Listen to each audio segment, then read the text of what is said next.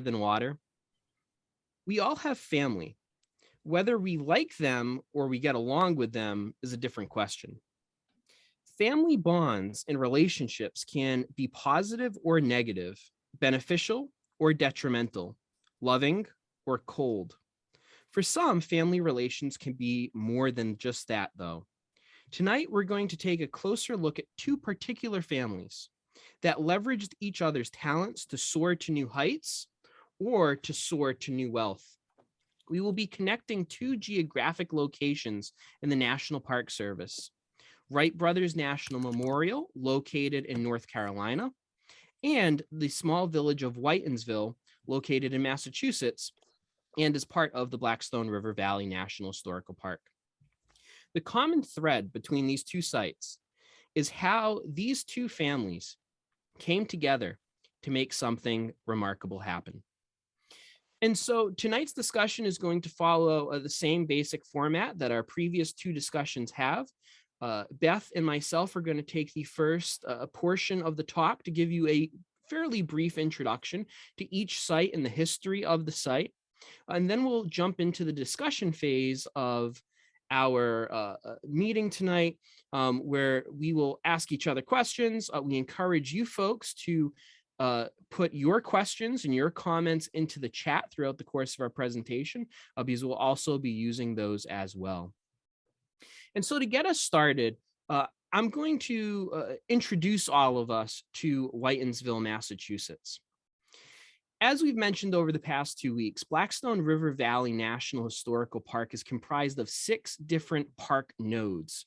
And node is NPS lingo, NPS terminology for a park site. These are 6 park sites that don't physically share a boundary, but do share that greater story of the American Industrial Revolution and the Blackstone Valley's important role in the industrialization of the United States of America. In our first week, we talked a little bit about Slatersville, being that first mill village in the United States. Last week, we focused on the story of the Blackstone Canal at Blackstone River State Park. For our discussion this week, though, we're going to migrate north of the border, if you will, up into Massachusetts to talk about one of our 2 park nodes that are located in Massachusetts, the village of Whitinsville. And so if you look at the map on your screen here, the Blackstone River is that central blue corridor running for 46 miles from Worcester, Massachusetts, down to Providence, Rhode Island. And each one of our park nodes, each one of our park sites is indicated by the NPS arrowhead. And so this week, up towards the top of the map there, circled by the black circle, is the village of Whitinsville, the particular location within our park that we're going to focus all of our attention on today. Whitinsville is arguably one of the most complete and intact examples of a Rhode Island system mill village today. So if you will indulge me for a few seconds, let's rewind here to 2 weeks ago when Allison really, in a lovely way, talked about what a Rhode Island system mill village was and how Slatersville was that first example of a Rhode Island system mill village. But just in case you weren't with us 2 weeks ago or are just joining us for the first time this week, the Rhode Island system of manufacture, or the Slater system of manufacture, was a family-based labor system that utilized entire family units who both lived and worked in a mill village. There are certain component parts that we see in mill villages across the board, which usually included, of course, the mill itself, worker housing, a church, a school, a farm, a store, municipal buildings, and of course, at the heart of all of these mill villages, usually a river that is providing the water source that is powering the mill itself. This was a system which provided a compact, self-sustaining community where workers were provided the necessities of life by their employer, but they also lived under the constant control and manipulation of their employer. Whitinsville today, as it still stands, is perhaps one of the best and intact examples of one of these Rhode Island system mill villages that we still have in the valley. It's easily walkable, and it really truly gives you a great feel for what one of these mill villages was like historically. And so if you look at the map here on your screen, we will notice some of those very important component parts of a mill village. We see the river, the Mumford River in this case, one of the tributaries of the Blackstone, running right through the heart of the community. With the mill, in this case, several mills in operation, the machine shop, a stone cotton mill, and a brick cotton mill. We also see all of these black squares, which are representative of houses that were owned by the mill company, by Paul Whitin and Sons, that were rented out to their employees. A school, a church, a store. So a great example of what a Rhode Island system mill village was. And if you walk through Whitinsville today, you can see a lot of this still there. So on this slide entitled Whitinsville Today, we can see in the upper left-hand portion of the screen this picture of all of those identical mill houses where these mill workers would have lived. On the bottom left of your screen, you can see some of those municipal buildings that were built in Whitinsville by the Whitin Company. The church there off in the distance. In the upper center of the slide, we see Castle Hill Farm. The farm, the company-owned farm, was an important part of what a mill village was, providing food and providing food for the community. And on the upper right-hand side of your screen, the brick Whitin Machine Works, the mill within this village. And so all of these component parts that are helping us to better understand, if you walk through the village today, what a Rhode Island system mill village was. But what was the genesis? What was the beginning of this mill village of Whitinsville? Well, it starts with Paul Whitin Sr. He was a Revolutionary War vet, and after the war, he became an apprentice in an iron forge on the Mumford River. The iron forge was owned by a gentleman by the name of James Fletcher. And so he's going to apprentice in this iron forge. And that iron forge really becomes the main focus for Paul Whitin throughout much of his life. The one particular business that he always is constantly very involved in and kind of latches onto for the rest of his life. Paul would go on and marry the daughter of James Fletcher. Her name was Betsy. And so we see here, and they go on to have 5 sons and 1 daughter. And so this Whitin Fletcher family is going to be one of the leading forces that's going to bring the textile industry to this area in 1809 by opening the Northbridge cotton mill. The Whitins are just one of a few investors, along with Fletcher, who provided money, or in Fletcher's case, land and water rights in order to open up this cotton mill. So through the marriage of Paul and Betsy, familial bonds were solidified. And with land and business interests now bonded by marriage, the seeds were sown for what would become an industrial empire. A side note here, we see this again and again in the valley, especially among industrial families, where these families that have shared interests are going to have children who are going to marry each other. The Slaters and the Wilkinsons are a great example of this. Sam Slater marrying David Wilkinson's sister, Ozille Wilkinson's daughter, Hannah Wilkinson. The Brown and the Ives families are another great example of this, where these business partners are either marrying sisters or the daughters of business partners. And so solidifying bonds, economic bonds, through the institution of marriage. And in 1826, Paul Whitin and his sons are going to build a new brick textile mill. And this we can really credit as kind of being the beginning of the Whitin textile empire. This is them kind of embarking on their own in this textile industry versus that original mill in 1809 where there are other investors. This is really kind of the Whitins thing, and Paul Sr. and his son's thing. Paul is going to delegate authority of the brick mill to 2 of his sons, Paul Jr. is going to take control of the marketing part of the house. And this is thanks in part to the skills that he developed as a dry goods clerk in Boston. So he knows how the system of buying and selling goods works. So he makes the perfect marketing director for this new mill. While his younger brother, John, is going to take over the responsibility for mill operations at the very young age of 19. And John was very much a mechanical genius. He had spent much of his childhood working in and around his father's mills, especially in the picker room and then later in the machine shop. And so this is really kind of important, this experience that John is getting from a very young age and kind of taking over the operational aspects of this first family mill, this brick mill that is built in the early 1820s. It's upon Paul Sr.'s death, though, in 1831, that his sons begin to really solidify their control over the family business. It really truly becomes more of a partnership than when their father was alive. The sons really take over the operations of the business.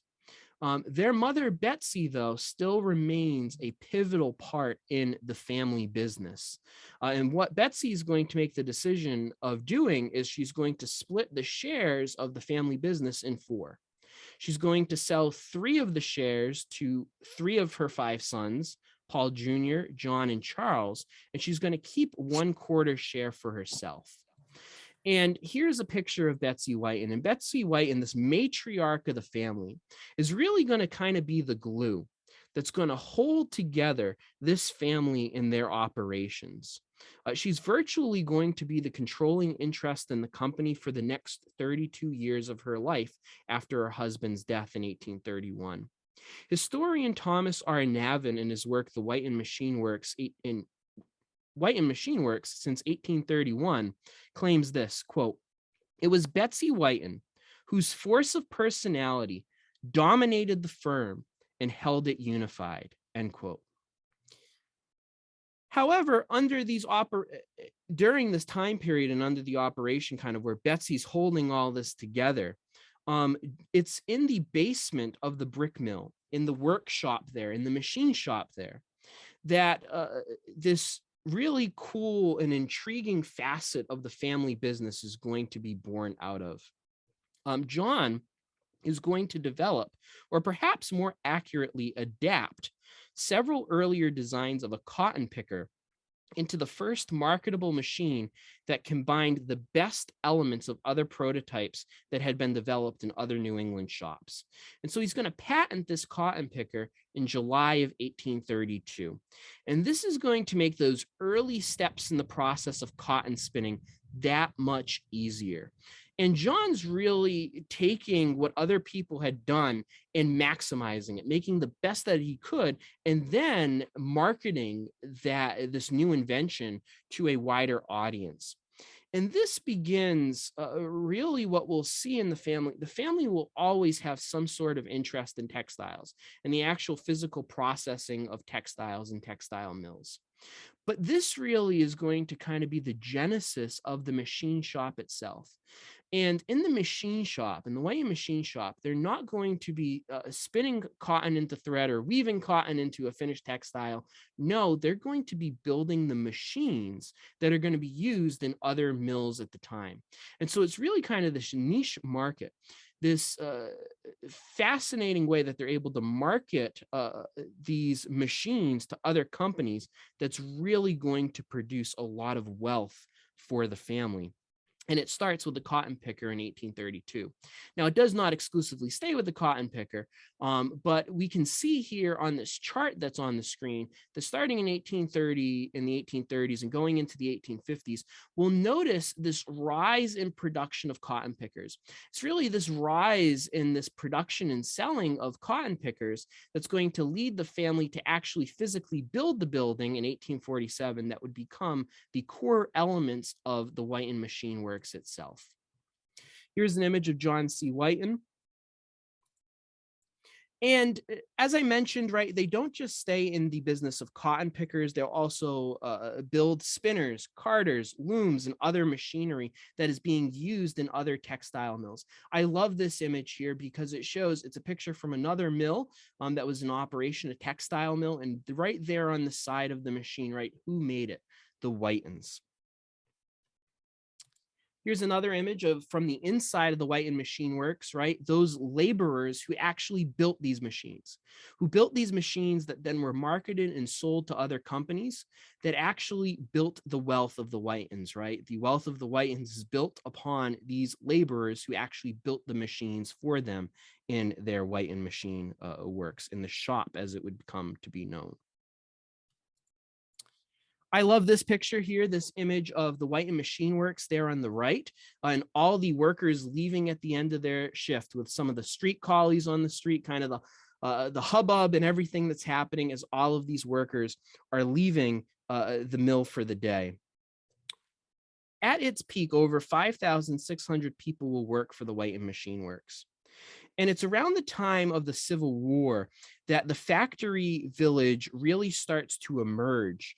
And really becomes more than just a factory village, but a factory town. It really starts to solidify itself as this dominant force, this community that is supplying the textile mills of the country, and eventually supplying textile mills across the world. The Whitins built nearly 1,000 units of worker housing between 1820 and 1920. They also built the town's schools, churches, the town hall, library, and recreational facilities. The Whitins had grand homes from which they directed the town's political and social life. They ran the village using this system, this Rhode Island system, in order to meet the ends that they sought, right, and to build and amass this great wealth in the Whitin Machine Works. Ultimately, 6 successive generations of Whitins would own and operate the machine works, until finally in the 1940s, the family will remove themselves from the business. Now, right around the time that the Whitins are really coming of their own and really kind of reaching their peak in production and their peak of employment and really kind of the golden years of the business, if you will, right around the turn of the 20th century, there is another family that is actively involved to not soaring to new levels of wealth, but trying to soar to new levels of height, if you will, trying to soar into the sky. And so that is a perfect opportunity to segue over to Beth, who's going to tell us a little bit more about her site, Wright Brothers National Memorial, and a little bit more about the history of the Wright brothers themselves. Awesome. Well, thank you, Mark. Yeah, if you want to, you're navigating the PowerPoint, perfect. Okay, so of course, when we talk about the Wright brothers, they're probably 2 of the most famous siblings in history, right? We always talk about Wilbur and Orville Wright, the Wright brothers together. Couple of photos of them. If you're ever confused about who you're looking at, Orville's the one with the mustache. Wilbur is the older brother with the slightly more unfortunate hairline there. But they were always together. So in the time that they were working together, you tend not to see a picture of one, you see a picture of both. They were definitely 2 brothers that were partners in every way. Actually, Wilbur had a pretty great quote later on in life. He said, from the time we were little children, my brother Orville and myself lived together, played together, worked together, and in fact fought together. So they were actually not the only Wright siblings. There were 5 Wrights that lived to adulthood. So they were the middle children. Wilbur was 4 years older than Orville, and they lived in Dayton, Ohio. But we're not in Dayton, Ohio. We are in Kitty Hawk, North Carolina, on the Outer Banks of North Carolina here. So it turns out when Wilbur and Orville started to get the idea that they wanted to fly, they wanted to create this heavier than air controlled flying machine. Dayton was not the ideal place to do these experiments. really to test out a machine like that, they were looking for 3 criteria. First, they wanted a place with a lot of wind, steady, sustained winds, in order to give them lift. You can't get into the air without wind. It creates that pressure that you would need to get up off the ground. So wind was number 1, sand was number 2, right? If you're experimenting with flight for the first time, you want a soft landing. Maybe occasionally you're going to crash. You want someplace that it's not going to be too bad on you or your aircraft. So sand was the second criteria, and then isolation was the third thing they were looking for. At this time, right, around the turn of the 20th century, there were a lot of other people around the world experimenting with flight. There were so many other people, people had not really heard of Wilbur and Orville Wright. They were kind of the unknowns in the situation, but there were folks, Samuel Langley, experimenting in Washington, D.C. area. You had Octave Chanute outside of Chicago. You had people in Germany, people in Texas. You had people all over trying to be the first one to crack the secret and be that first person up in the sky. So you don't want anyone to steal your ideas, right? If you're experimenting with something, if you want to create something that no one has ever seen before, you want to make sure that you know what you're doing, make sure you can patent it before you're ready to show it to everybody else. So Wilbur, it was kind of his idea to start with the flying experiments. He wrote to the Weather Bureau for a list of windiest places in the country. And Kitty Hawk, North Carolina was 6 on that list. And it was the only one that seemed to meet all of the criteria. So they came down here for the first time in 1900. Actually, can you show the next slide there? Give you a kind of a sense of what they would have seen when they got here. Wilbur is out there scrubbing sand, or scrubbing pots with sand in their makeshift camp here south of the town of Kitty Hawk. So definitely lots of sand, plenty of it, lots of wind, and all the isolation that they could want. So great place to do their experiments. They came out here first in 1900, made this makeshift camp here in what's now Kill Devil Hills, and tried to really refine their control system. So they used a glider. They didn't have a powered flyer at this point in time. They used a small glider. It actually was smaller than they had intended, so they ended up flying it as a kite most of the time that they were here. Got the experiments that they wanted to do, so went back to Dayton to make some refinements, came back the following year. Show the next slide there. And that's 1901. They had a bigger glider, tried to refine the control system. 1901, though, was a mess of a year. It was a really, really disappointing year for Wilbur and Orville. Their control system didn't work the way they wanted to. The weather was terrible. They came for the summer as opposed to the previous time when coming in the fall is great, the spring is great, but summer in the Outer Banks, if you've never been there, it is hot, it is humid, it is full of mosquitoes, and there's not a lot of good sustained wind. So they did a few experiments here in the summer of 1901, but when they left, when they went back home to Dayton on the train ride home, Wilbur remembers turning to Orville and saying, "Not in 1,000 years will man fly."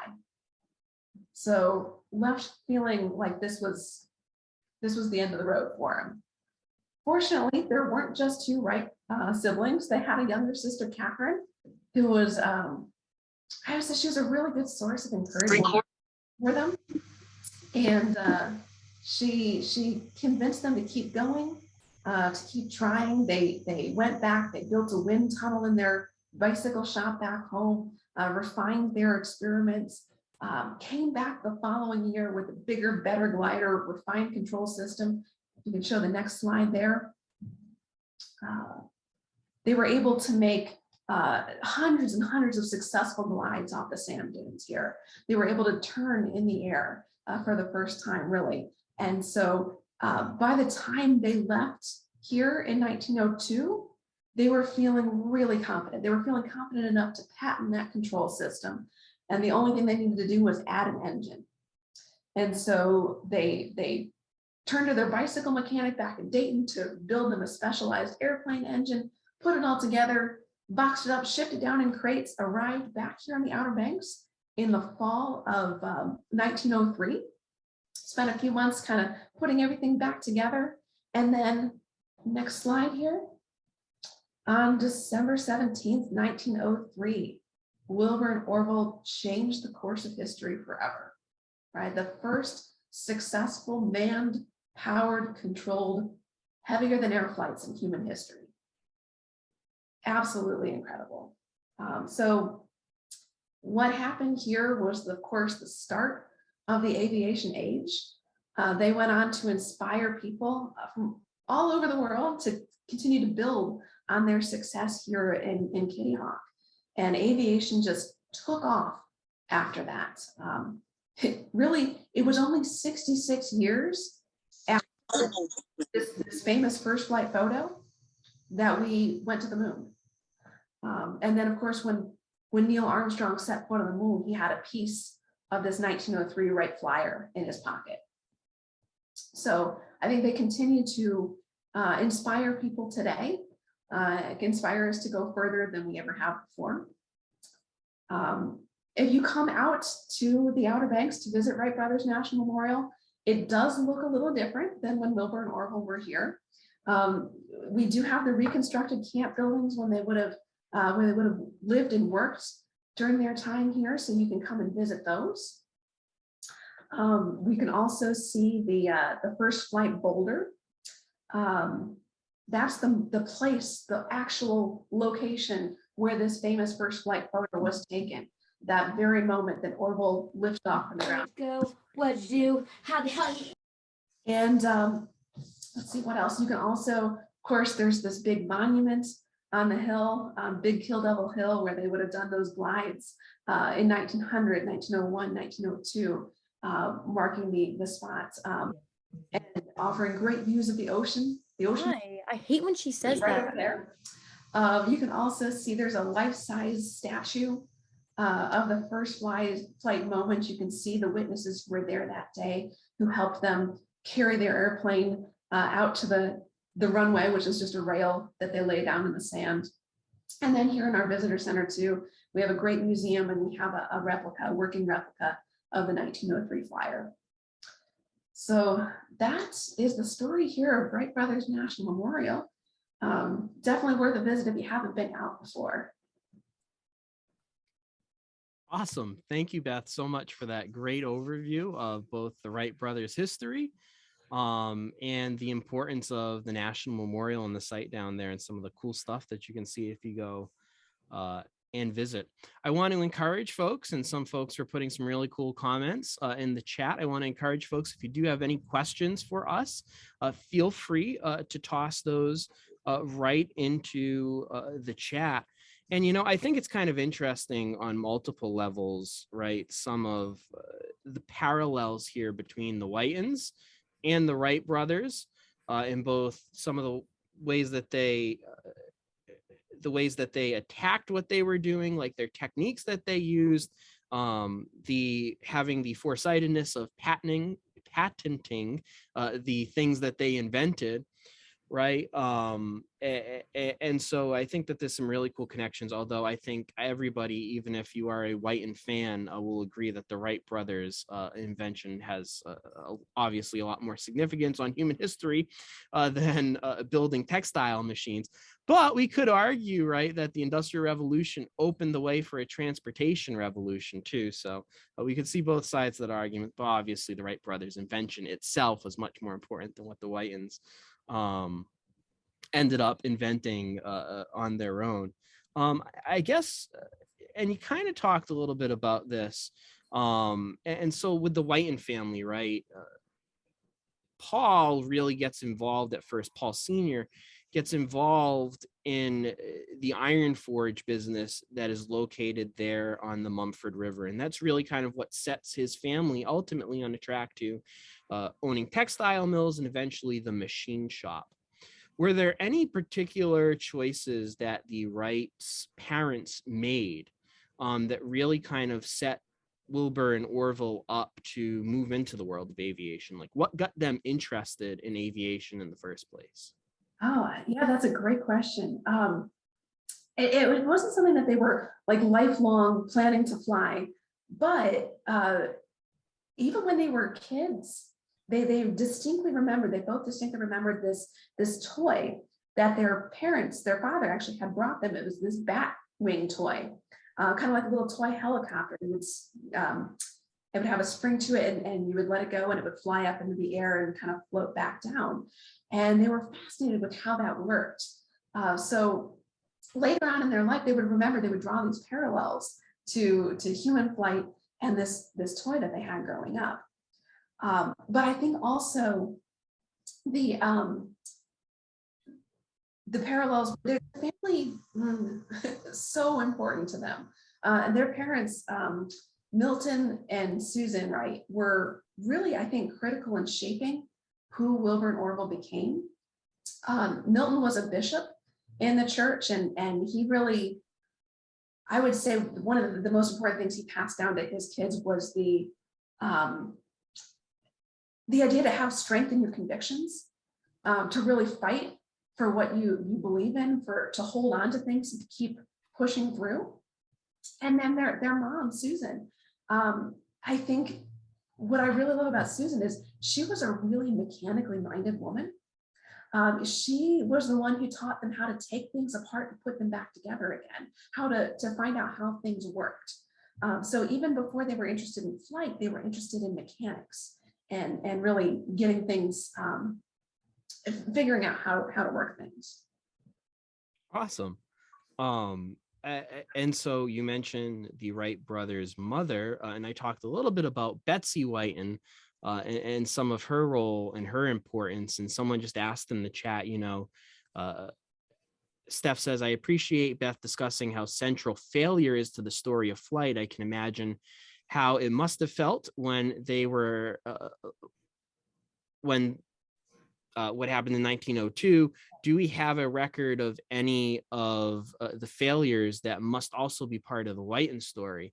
And Steph, that's a great question, because yes, of course, the Whitins too suffered failure throughout the course of their lives, right? And it was not all just smooth sailing for them in many aspects, right? Similar to many industrial families, there's this constant up and down that comes with the economy. And there are times when the economy is booming and business is good, and then there are also times where there are struggles economically for these industrials. So just like the Wrights met their failures, there are different points where business is booming for the Whitins, especially during the Civil War. But there's also these distinctive times where there is a depression in the market, and the Whitins are suffering. And almost one of the important roles of Betsy, right, in being that glue for the family, was that the brothers themselves had internal strife and internal failures and internal issues. And it really kind of comes to a head in 1864, that the brothers, there's some infighting amongst the brothers over all of their business interests. At that time, they had built several cotton textile mills that they had created kind of this empire, if you will, and the Whitin Machine Works in Whitinsville just being one component part of that empire, right? You have a stone textile mill and a brick textile mill also located within Whitinsville itself, but they owned mills in Rockdale and Riverdale. They also own the Crown and Eagle Mill, the Linwood Mill, right? So there's all these different holdings that the family has, and they've created this kind of empire, but the brothers are kind of at conflict with each other. And so mom steps in and kind of serves as the referee and divides up the family interests amongst the brothers. And so Paul Jr.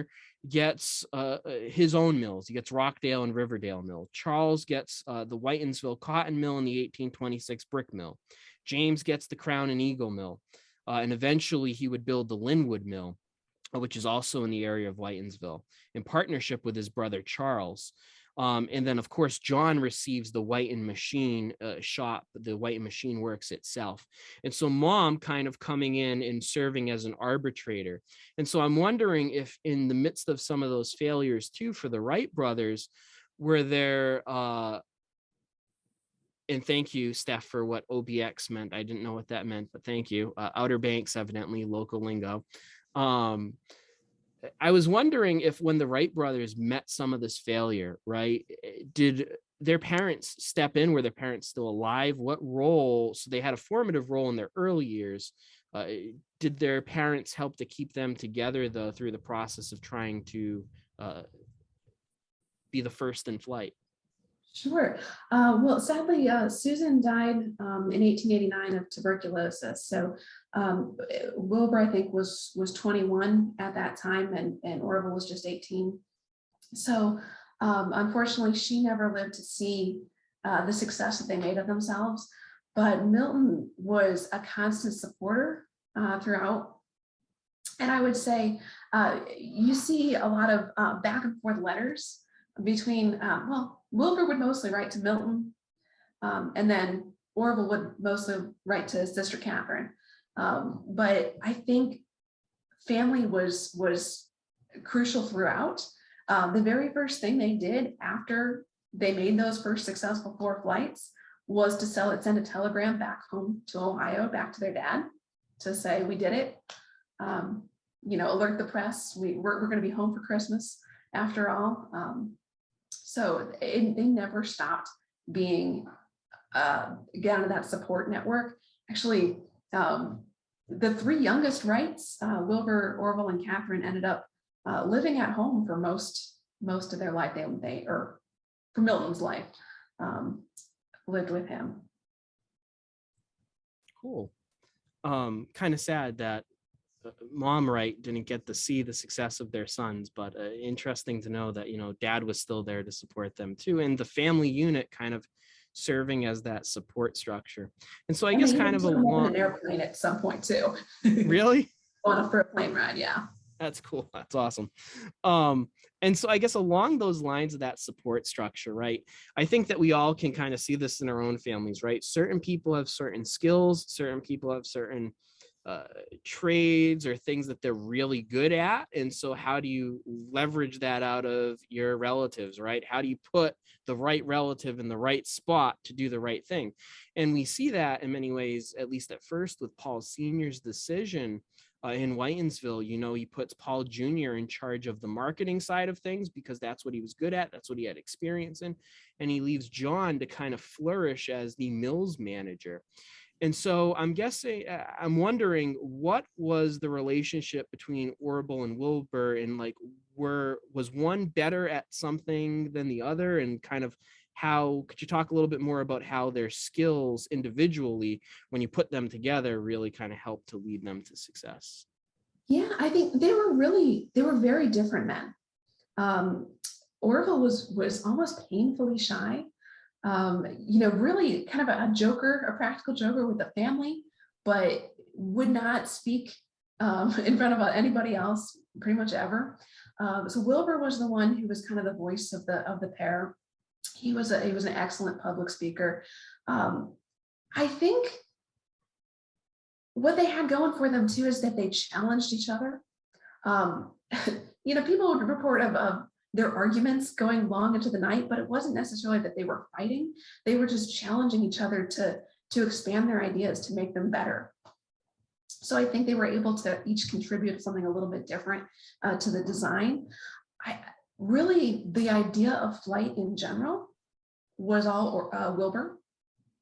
Wilbur was the one that pushed them in this direction. It was his dream. Orville, though, he was so just a really savvy guy. He was always trying new things. He's the one who did the first couple of businesses that the Wright brothers got into. He started up a printing press. That was their first joint business venture. And then he started the bicycle shop back in Dayton. So Orville, I think, was the kind of person who was always looking to make improvements, to go further, to try new things. And Wilbur was the dedicated one. He was the one who was going to stick with something and see it through. So I think they really complemented each other in that respect. It's always interesting, right, when you talk about arguments, right, and how, it may be perceived as an argument on the outside, but when you're in the midst of it, when it's your family member, right? Oh, we do this at the Mellow House all the time. Oh, we're not arguing, we're just talking loud.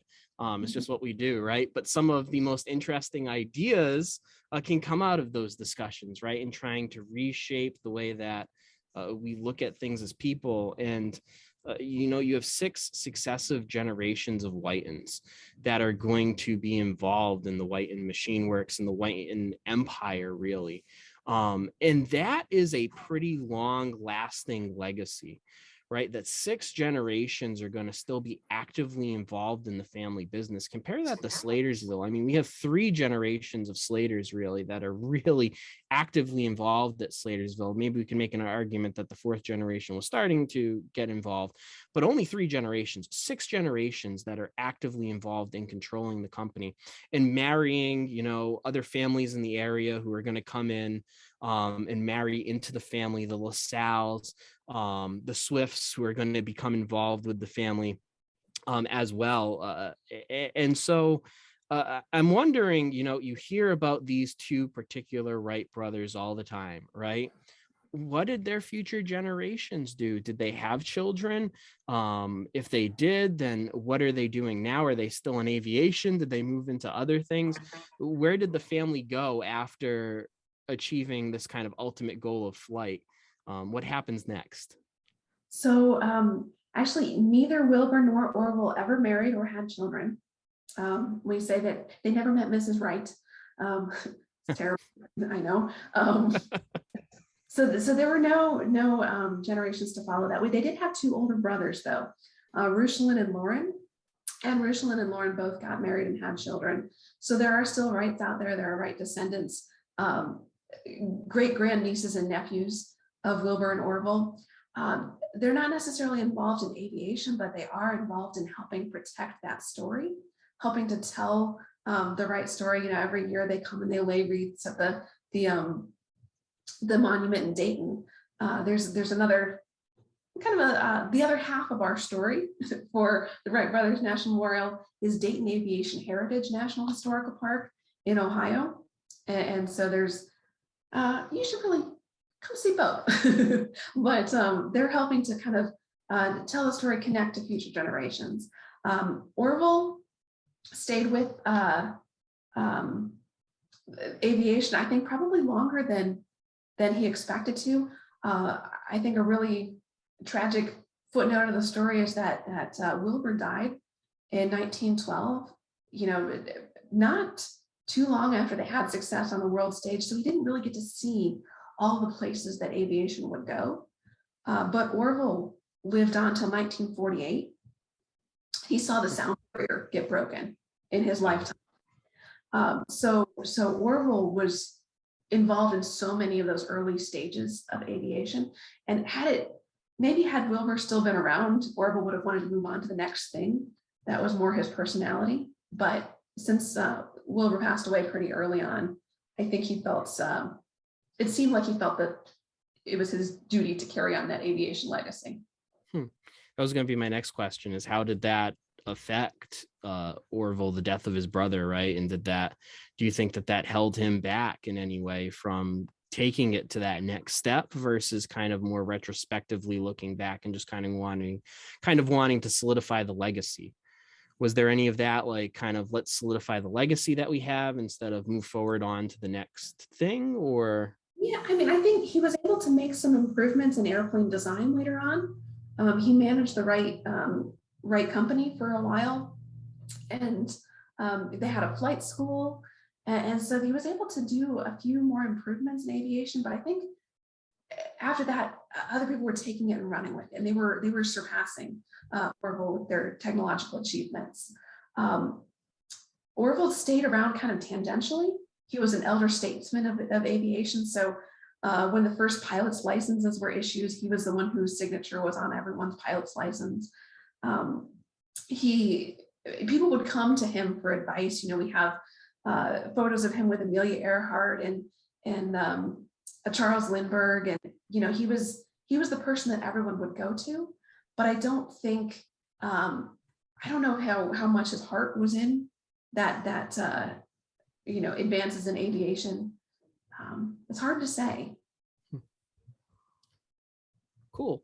I want to continue to, yeah, I agree, Steph. That is pretty cool. That I wish I had a Orville Wright signed pilot's license too. Or what is it even worth today to have one? I would love to have one, but what is it worth? Oh, I was just going to let folks know and remind folks that you can populate the chat with any of the questions that you may have for us. And just as I was about to say that, a question popped into the chat. Can you ask about Catherine Wright and how women were integral to maintaining these businesses? Yeah, so that's a great question. I love Catherine Wright. She was actually the only Wright sibling to go to college. She was the youngest sibling, but she was the one who she ended up being a teacher. She was also the one who kept things going when Wilbur and Orville were taking their several months trips down here to the Outer Banks. She was the one who kept their bicycle shop running. She and Charlie Taylor, who was their bicycle mechanic, they did not get along, but she kept things going. She kept things making a profit because they were entirely self-funded. They weren't getting any kind of money from the government, any sponsors or anything like that. So they had to pay for their trips and pay for their equipment all on their own. They couldn't have done that if they had to give up that bicycle shop. So I think not only was she that emotional support, she was also the person who kind of kept their home lives together. She was pretty awesome. She sounds pretty awesome. And I talked a lot so far about Betsy, but she's always the person in the Whitin story that always kind of strikes me, right? She takes over really meaningfully her husband's business, and for 31 years, I don't think that the historian who I quoted is far off. She really kind of serves as that glue that keeps the five brothers together and ultimately allows for this kind of dynasty to be built.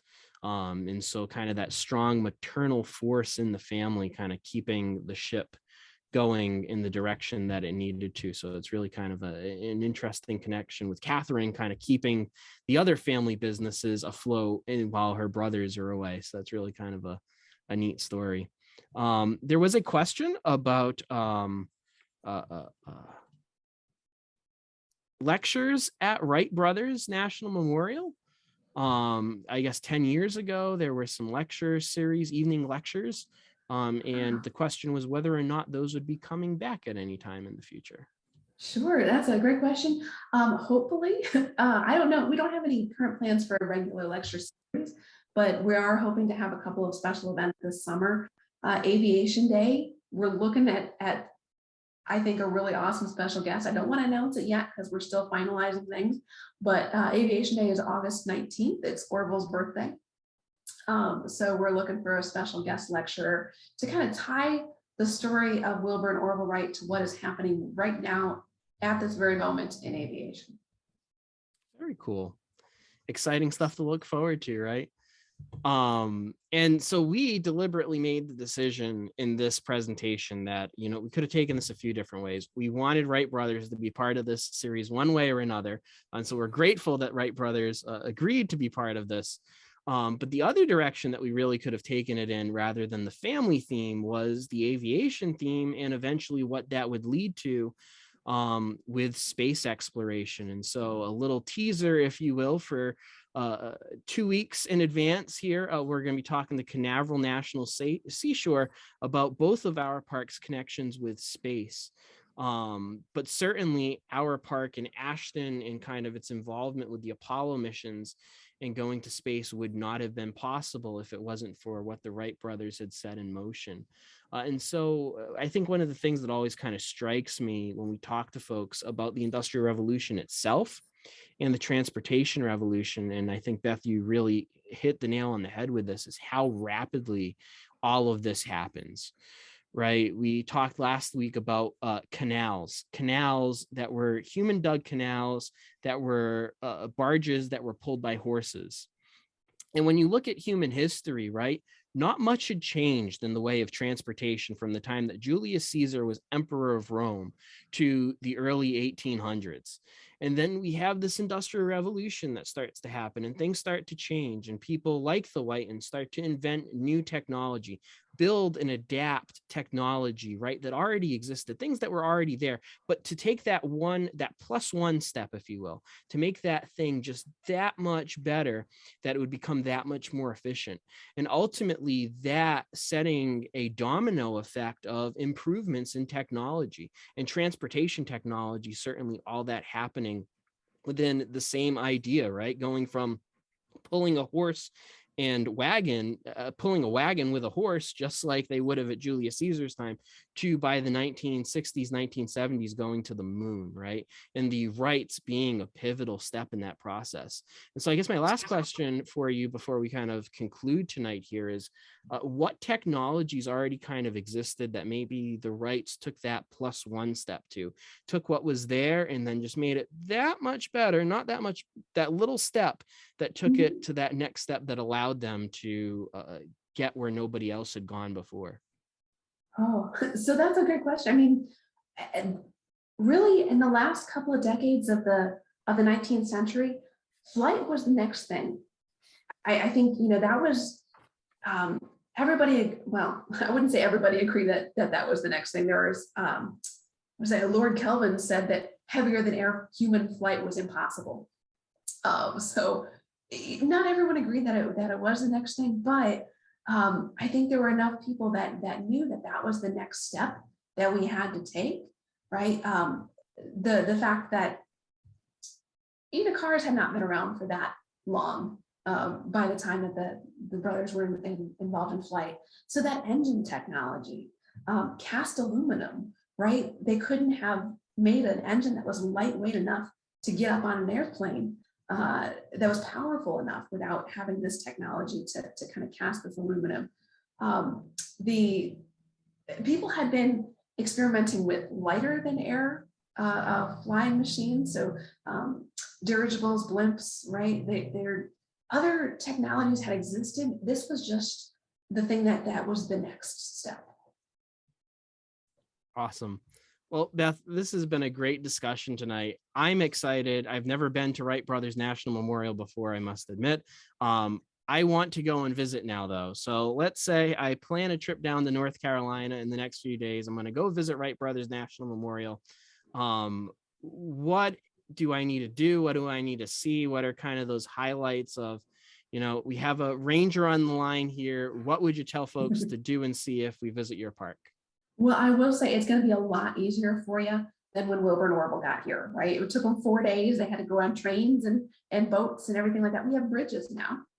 So the infrastructure is a lot better. Coming to visit Wright Brothers National Memorial, it's a wonderful place. Of course, you know, seeing that the place, I think that's the most important thing, is to see the place where it happened, where this famous photo was taken, where everything changed. I highly recommend, I'm biased myself, but if you can come to a ranger program, we have ranger programs daily, and that really helps to put the story in context. I will also say that we are just one of 3 national parks in the Outer Banks. So it's well worth the trip to come down here. You can not only see Wright Brothers National Memorial, where the first flight happened, just over another bridge is Fort Raleigh National Historic Site, the home of the lost colony of Roanoke, so where English history started in this country. And then down the seashore just a little bit, we have Cape Hatteras National Seashore, which is 75 miles of coastline, 3 historic lighthouses. Down on Ocracoke, that's where Blackbeard met his end. So if you like history, I think you will like it here. Awesome. Thank you so much, Beth. Just kind of in conclusion, tonight we have discussed 2 different families, the Wrights and the Whitins, who innovated the worlds of manufacturing and air travel. There were ups and downs for both, literally in some cases, good times and bad, struggles and great successes. Family means something different to each of us, but family is one of those core bonds that we all share as humans. How do you interact with your family? and what does family mean to you? I want to thank all of you for joining us here for this third discussion in our Parked at Home series. I especially want to thank Beth for taking the time out of her very busy schedule to join us this evening to tell us a little bit more about the Wright brothers and the national memorial that bears their name. Folks, I want to tell you that I want you to feel free to download our special park stamp. You heard that right. We have special park stamps for each one of these talks in this series. So if you are a stamper, do we have you covered? It is in the chat. Allison just dropped it in the chat if you're interested in downloading that. And feel free to check out some of the other links that Allison has dropped in the chat throughout the course of the night to learn a little bit more about both of our park sites and what there is to see and do if you choose to visit them. We hope you'll join us next Thursday evening at 7 p.m. when we will be welcoming park staff from Belmont Paul Women's Equality National Monument to talk more about the struggle for equality. For those of you interested in remaining on the call and having a more informal discussion, feel free to unmute yourself and ask your questions. But for the rest of you, I want you to all have a lovely evening, and we'll all see you in 2 weeks. Thanks, everybody. Have a good night. Anyone have any questions, comments, concerns? Just want to say hi. Feel free to unmute yourselves. Allison and Beth both went with the historical background photos. I went for a more modern day approach. This, if it weren't dark outside, I could have taken y'all to the beach and we could have just sat there in the ocean. That would have been lovely. I have to say, I wish I could do the same here. We had a few 60-degree days last week. And it was lovely. It was an early spring, but now it is cold and rainy up here again. And today would not have been a good day to sit outside down here, but I'm sure the weather down there is a little nicer than it is up here. Yeah, I mean, it definitely had the wind. There's a reason that Wilbur and Orville came here, and we live it every day. We're just constant wind out here. So it's regular, it's constant. Yeah. Yes. So we do have the advantage of living near the ocean up here too, which helps to keep our temperatures. It really, when you learn about it in school, right? I didn't believe them at first, but the moderating effect of the ocean on temperatures, and here we go, a historian trying to talk about nature. But it is, when you go down to coastal places and not living too far away from the ocean, myself, it does really, it's amazing how constant the wind is and how it helps to keep things a little bit warmer in the winter and a little bit cooler in the summer. So yeah, absolutely. Any cool events happening at Wright Brothers this summer? We'll be there the week of July 1st. Yeah. Oh gosh, it's gonna be warm. So expect that. I don't think there's anything special necessarily going around July 1st. Later on in the month of July, we have the Kite Festival. So lots and lots of kites flying, but you can fly a kite anytime. We are in the middle of our summer programs then, so we have 4 or 5 programs every single day. You can come in and hear the story leading up to first flight, but then also what does the legacy look like. On Wednesdays this summer, we're going to also be doing a bicycle program. So around the monument, because of course you can't really have the Wright brothers story without bicycles. So that'll be fun. Of course, Aviation Day in August is really our big summer event. Mm-hmm. Very cool. Incredible. Jim, I remember during the 100th anniversary of the Wright's flight, they attempted to fly a replica, but for reasons they couldn't get it off the ground. Were they ever able to replicate the flight after that? So not with this replica that we have. There were a couple of different replica Wright flyers that were created for the centennial, and I can't say with 100% certainty. I recall someone telling me that one of them in a different area was able to do that. Ours has never gone off the ground, sadly. It is, from what I'm told, it's completely working replica. And if our curator wouldn't kill me, I could take that out and take it for a spin. It does function like that. For the 100th anniversary, the weather was just, it was not cooperative. But you can actually take a replica of their 1902 glider 4 miles south of us, there is a state park with sand dunes, very much like what Wilbur and Orville would have seen. And they do hang gliding there. And there's a replica of the 1902 glider that you can take out and go gliding. That's pretty darn cool. I'd imagine though that that's a pretty harrowing thing, right? Like you're kind of throwing yourself off of a ledge without any real meaningful protection. We didn't talk about this, but I'm sure it was quite dangerous for the Wrights to do what they were doing. Well, so one thing I didn't mention, when they really started getting interested in flight, 1896, I think is the first time that they really started devoting themselves to flight. And it was reading about the death of this very famous gliding pioneer, Otto Lilienthal in Germany. You know, everybody was following Lilienthal's exploits, and he was one of the, probably one of the leading contenders to be the first person to fly, but he stalled out and crashed down and died. For some reason, though, his death is what spurred Wilbur on to say, oh, maybe we could do this. So I think there had to be some sort of risk, some personality that goes along with that. I don't know. I don't think. Yeah, I don't know that I would have been doing it. Now, if there was like a glider, as you have indicated, that you could try out, I might be, but yeah, I don't know if I'd have the guts that the Wright brothers did to do what they did. Have you ever tried out the glider? I have not. No, it's a little pricey for me. But I'm also a little scared of heights. I don't think that I would do so well. Oh yeah, they have a really cool flight simulator at the in Dayton. It's one of their old bicycle shops or part of the museum. They have several really cool sites in the Dayton Park. Yeah. Very cool. David, since you crashed it twice, I don't know that I would want to get on the flight simulator. That's pretty cool. I would like to try that out myself. Very cool. Anyone else have any taking off was fine, landing was more difficult? I feel like that's usually the case.